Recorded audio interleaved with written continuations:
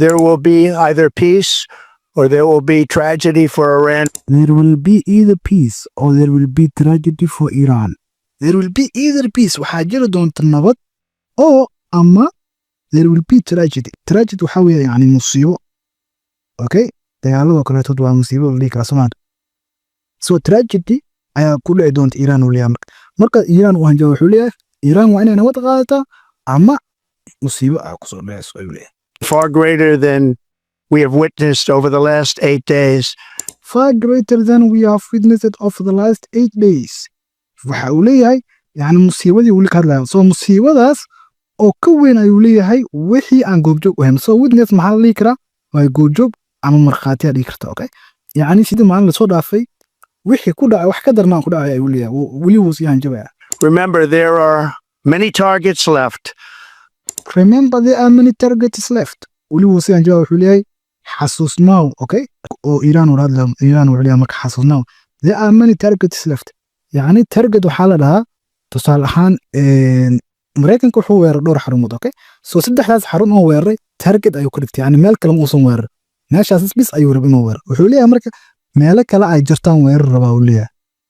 Assalaamu calaykum waraxmatullaahi tacaala wabarakaatuhu waxaan rajaynayaa dhammaantiin inaa caafimaad qabtaan ugu horreyn intaan u gudbin muuqaalkan waxaan rabaa inaan u mahad celiyo asxaabtii la falgashay muuqaalka hore xaqiiqatan ma filayn in muuqaalkaas meeshaas uu gaari doono laakiin alxamdulillaah ujeedadan waxay tahay inaan bulshada usoo gudbin wax nacfi leh sidoo kale dadka aan hadaladooda aan turjumayno macnahooda ma ahan inaan siyaasad ahaan ama fikir ahaan aan taageersanahay ujeedkeenu waxa uu yahay in Soomaaliyeed ay fahmi karaan luqadda weliba markay hadlayaan madaxda caalamka intaan ku dheeraayn waxaan u gudbaynaa muuqaalkeena. Let's go. I want to thank and congratulate Prime Minister Bibi Netanyahu. I want to thank and congratulate Prime Minister Bibi Netanyahu.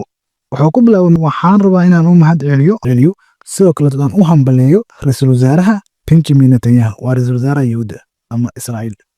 We worked as a team like perhaps no team has ever worked before. We worked as a team like perhaps no team has ever worked before. wuxuu halkan leeyahay we worked as a team waxaan u shaqeynay ama u wada shaqeynay like a team okay sida koox oo kale oo u shaqeynay like wuxuu dhahaa sida perhaps waxaa macquul ah no team has ever worked before yani saa u shaqeynay team ama koox u wada shaqeysay ma jirto okay yani saa u wada shaqeynay anaga naga hor koox u shaqeysay ma jirto okay yani wuu is amaanaya asiga iyo Israa'iil ay amaanaya. And we've gone a long way to erasing this horrible threat to Israel. We have gone a long way yani waxaan horumar ka sameynay wuxuu ku sii daraa to erasing this horrible threat to Israel yani waxaan ku guuleysanay leeyahay marka inaan tirtirno khatar ay wajahaysay Israa'iil okay yani khatar xun oo ay Israa'iil wajahaysay ayaan tirtirnay ayuu leeyahay. I want to thank the Israeli military for the wonderful job they've done. I want to thank Israel military for the wonderful job they've done. wuxuu halkan leeyahay waxaan rabaa inaan u mahad celiyo militariga ama ciidanka Israa'iil sababta u mahad celina maxaa weeye wonderful job they've done yani shaqada fiican oo cajiibka ah oo ay qabteen. And most importantly, I want to congratulate the great American patriots who flew those magnificent machines tonight. And most importantly, I want to congratulate the great American patriots. halkan wuxuu leeyahay and most important wuxuu leeyahay sidoo kale waxaan rabaa inaan u mahad celiyo okay ama si gooni inaan u mahad celiyo labada wareeg karta.